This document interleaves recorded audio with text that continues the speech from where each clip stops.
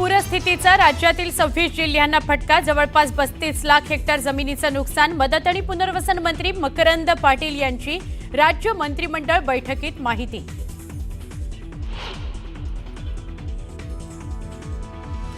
अतिवृष्टीत जिल्ह्यातील शेतकऱ्यांकरता डीपीडीसीच्या निधीतून खर्चाला मंजुरी. जिल्हा नियोजन निधीतून कमाल 5% निधी खर्च करण्याची तरतूद.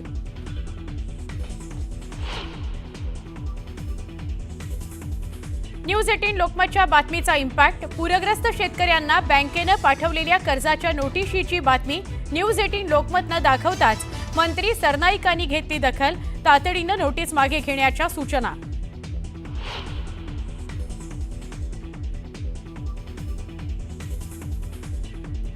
शिंदेंच्या शिवसेनेचा दसरा मेळाव्याचा टीझर जारी. शिवसेनेचा आझाद मैदानात होणार दसरा मेळावा. मेळाव्याचा पहिला टीझर समोर. नावाच्या वाघाशी बाप जन्मात बंध नको. शिवसेना उबाठा पक्षाचा शिवतीर्थावर दसरा मेळावा. मेळाव्यापूर्वीच दादर परिसरात बॅनरबाजी. बॅनरवर ठाकरे बंधूंचे फोटो झळकल्यानं ठाकरे बंधूंच्या युतीच्या चर्चांना उधाण.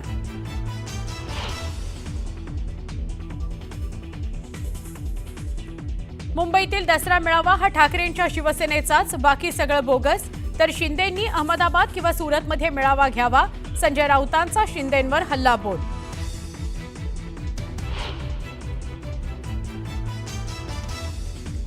गोदावरी नदीला आलेल्या पुरामुळे घनसावंगी, परतूर आणि अंबडमध्ये पूरस्थिती. अनेक गावांना पुराचा वेढा.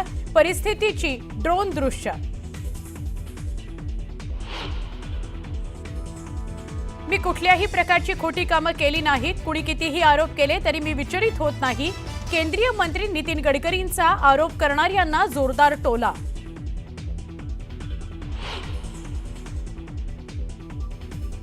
गोंदियामध्ये शिवसेना उबाठा पक्षाचे जिल्हा प्रमुख आणि राष्ट्रवादी काँग्रेसच्या शहराध्यक्षांमध्ये तुफान हाणामारी. दर्शनाच्या वादातून हाणामारी.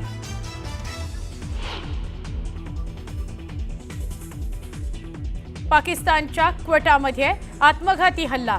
क्वेटामधील सैन्याच्या हेडक्वार्टरजवळ मोठा स्फोट. स्फोटात आतापर्यंत 4 जणांचा मृत्यू.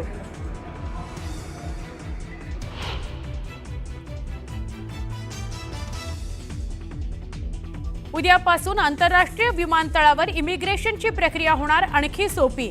फॉर्म भरण्याच्या कटकटीपासून सुटका. डिजिटल अरायव्हल सिस्टीममुळे प्रक्रिया होणार जलद. जळगावच्या चोपडा तालुक्यातील केळी उत्पादक शेतकऱ्यांना तारेवरची कसरत करावी लागते. गोरगावले शिवारात गुळ नदीच्या पात्रातून दुसऱ्या काठी पूर्वेला जवळपास 100 शेतकरी शेतात केळी लागवड करत असतात. मात्र त्या शेतकऱ्याला गुळ नदीच्या पाण्याचा अंदाज घेऊन लागवडीपासून ते काढणीपर्यंत बऱ्याच संकटांना तोंड द्यावं लागतं.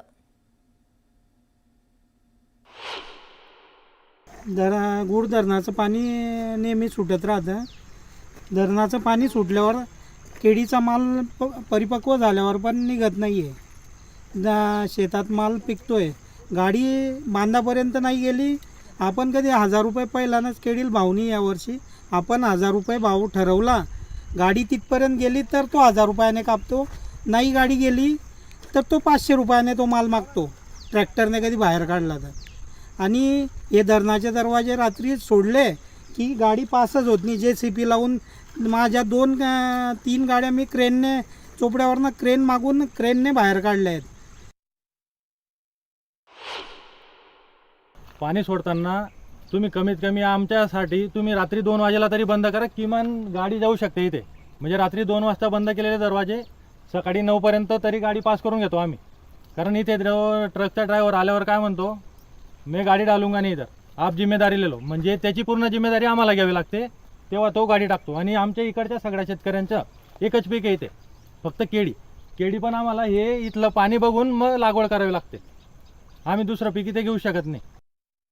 माढा तालुक्याला महापुराचा तडाखा बसला असून पुन्हा एकदा निम्मगाव हे पाण्याखाली गेलं असल्यानं जिल्हा परिषद शाळेला सुट्टी द्यावी लागली होती. संत एकनाथ महाराज यांची पालखी जाणारा मार्ग बंद झाल्यानं आणि निम्मगाव पाण्याखाली गेल्यानं विद्यार्थ्यांना गावात येणं शक्य झालं नाही. सीना नदी पात्रातनं जे पाणी पातळी वाढली आणि महापूर आला त्या मुंगशी गावात आहे आणि जिल्हा परिषदेची शाळा आहे आणि आत्ता गेल्या 8 दिवसापासून त्यांचं जे काय शाळेचं रुटीन आहे ते विस्कळीत झालेलं आहे. आणि नक्की काय परिस्थिती आहे, कारण की ज्या पुलाच्या पलीकडं काही वस्त्या आहेत आणि अलीकडं ही शाळा आहे. शाळेचा मध्ये आत्ता एक बोर्ड वाचला, शाळा हा आधार आहे खरं तर समाजाचा, आणि खऱ्या अर्थाने तसं झालेलं आहे की काय परिस्थिती आहे 8 दिवसात काय काय झालं, आत्ता काय परिस्थिती आहे. 8 दिवसापासून पूर आल्यापासून नदीच्या पलीकडचे जे विद्यार्थी आहेत किंवा दूरच्या वस्त्यावरून येणारे जे विद्यार्थी आहेत ते या ठिकाणी शाळेलाही उपस्थित राहू शकत नाहीत. फक्त गावातीलच एक 20-25 विद्यार्थी या ठिकाणी आहेत. आणि परवा पुराचं पाणी शाळेच्या वर्गखोल्यामध्ये शिरल्यामुळं शालेय साहित्य विद्यार्थ्यांची जी पाठ्यपुस्तकं वह्या वगैरे डेस्कमध्ये होती किंवा कपाटामध्ये जी होती लॉकरमध्ये, तर ते सर्व भिजून हे झालेलं आहे. पूर ओसरणे ही सगळ्यांची आता इथल्या गावकऱ्यांसहित शिक्षकांसहित विद्यार्थ्यांची अपेक्षा आहे. व्हिडिओ जर्नलिस्ट अजित देशपांडे सोबत वीरेंद्र सिंह उत्पात, न्यूज 18 लोकमत, मुंगशी, माढा. एकीकडे पावसानं धुमाकूळ घातल्यामुळे पिकांचं प्रचंड नुकसान झालं असताना दुसरीकडे चाळीत साठवलेला कांदा सडू लागला. तिकडे कांद्याला प्रति किलो 2 ते 7 रुपये असा कवडीमोल भाव मिळत असल्यामुळे लासलगाव, मनमाडसह नाशिक जिल्ह्यातील शेतकरी तिहेरी संकटात सापडला असून भाव घसरणीचा व्यापाऱ्यांना देखील मोठा फटका बसतोय.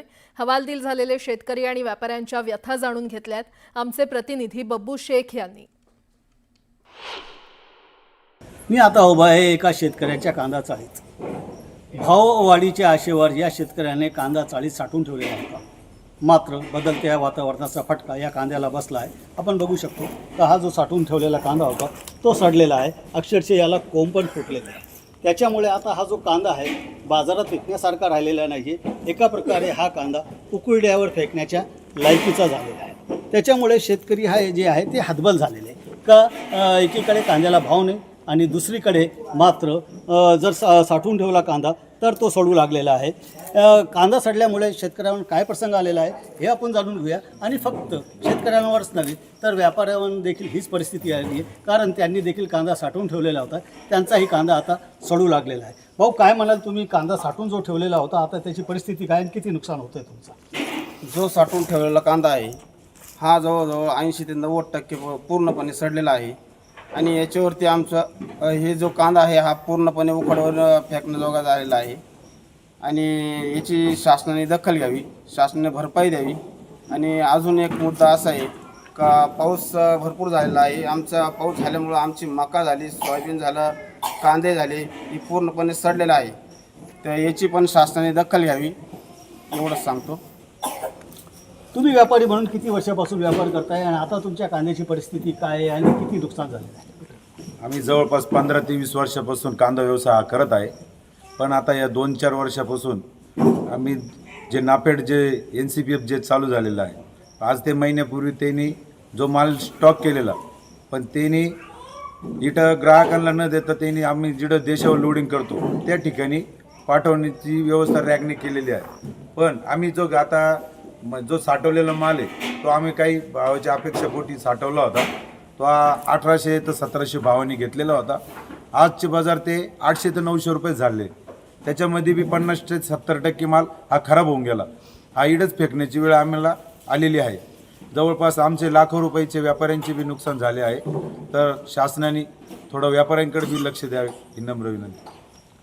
एकूणच आपण बघितलं असेल तर एकीकडे अतिवृष्टी आहे, दुसरीकडे कांद्याला भाव नाही आणि आता साठवून ठेवलेला कांदा देखील सडू लागल्यामुळे शेतकऱ्यासह व्यापाऱ्यांवरही तिहेरी संकट आलेले आहे. या तिहेरी संकटात मायबाप सरकारने मदतीचा हात द्यावा. जसं पिकांचे पंचनामे करतात तसं चाळीत साठवलेला कांदा जो सडला आहे त्याचेही पंचनामे करून आम्हाला नुकसान भरपाई द्यावी अशी एक मोठी मागणी मनमाड, लासलगावसह नाशिक जिल्ह्यातील शेतकरी आणि व्यापारी करत आहे. अभिषेक, न्यूज 18 लोकमत, मनमाड. गोदावरी नदीला पूर आल्यानं जालना जिल्ह्यातल्या 38 गावांमधून तब्बल 10,000 नागरिकांचं सुरक्षित स्थळी स्थलांतर करण्यात आलंय. घनसावंगी तालुक्यातील तीर्थपुरी येथील मत्सोदरी विद्यालयात बानेगाव, सौंदलगाव, लिंगसेवाडी, विठ्ठलनगर आणि भोगगाव तसंच मंगरूळ या गावातील नागरिकांची प्रशासनाकडून निवारा आणि जेवणाची सोय करण्यात आलेली आहे. जायकवाडी धरणातून पाण्याचा मोठा विसर्ग सुरू आहे, त्यामुळे गोदावरी नदीला पूर आल्यानं जालना जिल्ह्यातल्या अनेक गावांमध्ये गोदाकाठचं पाणी जे आहे ते शिरलेलं आहे. त्यामुळं अनेकांचे संसार जे आहे ते सगळ्या पाण्यामध्ये गेलेले आहेत. प्रशासनाने रात्रीच रेस्क्यू ऑपरेशन करून जालना जिल्ह्यातल्या अनेक गावांमधील नागरिकांचं सुरक्षित स्थळी हलवण्यात आलेलं आहे. आपण जर बघितलं तर मी सध्या तीर्थपुरी येथील या निवारा केंद्रामध्ये आहे आणि घनसावंगी तालुक्यातील 4 ते 5 गावातील हे सगळे नागरिक आहेत. आपण जर बघितलं तर मोठा पूर जो आहे तो गोदावरी नदीला आलेला आहे. त्यामुळे हे सगळे नागरिक या ठिकाणी प्रशासनानं ठेवण्यात आलेले आहे. त्यांचं सुरक्षित स्थळी जे आहे ते त्यांचा निवारा करण्यात आलेला आहे. आपल्यासोबत काही या ठिकाणच्या महिला आहेत. ताई, मला सांगा की तुम्ही कुठून आलात आणि सध्या काय परिस्थिती आहे तुमच्या गावात? पाणी गावून आले तर पाणी आले गंगाला, तर घरामध्ये शिरलं आमच्यावालं पाणी, सगळं पाणी ते सगळं वाचायला लागलं. आता पुन्हा गावाकडून फोन येते की पाणी वाढा लागलं म्हणून. तुमचे घरचे कुठे आहेत आणि घरी कोण कोण आहे? गाई ते बैल ते आहे, शेळ्या कोंबड्या त्या सगळ्या 4 माणसं आमच्या घरी. मग ते म्हणले खूप पाणी वाढा लागलं. घरात गेलं का तुमच्या पाणी? हा, पाणी गेले की घरामध्ये पाणी चालू आहे आता सध्या, घरामध्ये गेले समज मला. ताई, मला सांगा की तुमच्या घरची काय परिस्थिती आहे? आमच्या घरची लय परिस्थिती आहे, पाणी वाढलं जरा. आमचं म्हशी ते गाई आहेत, पोर आहेत 2 घरी. आपण जर बघितलं तर या सगळ्या महिला आहेत आणि वेगवेगळ्या भागातून या सगळ्या आलेल्या आहेत. ताई, मला सांगा की तुमची काय परिस्थिती आहे? तुमचे घरचे कुठे आहेत? लेकरं कुठे आहेत? घरचे आमचे गावातच आहेत. आम्ही इकडं मच्छेदारी कॉलेजमध्ये आणून आम्हाला सोडलंय. आमची व्यवस्था केली ती बसमध्ये आणून सोडलं होतं आम्हाला इथे. आम्ही लेकरं आणि बाया फक्त आलो आणि माणसं आमच्या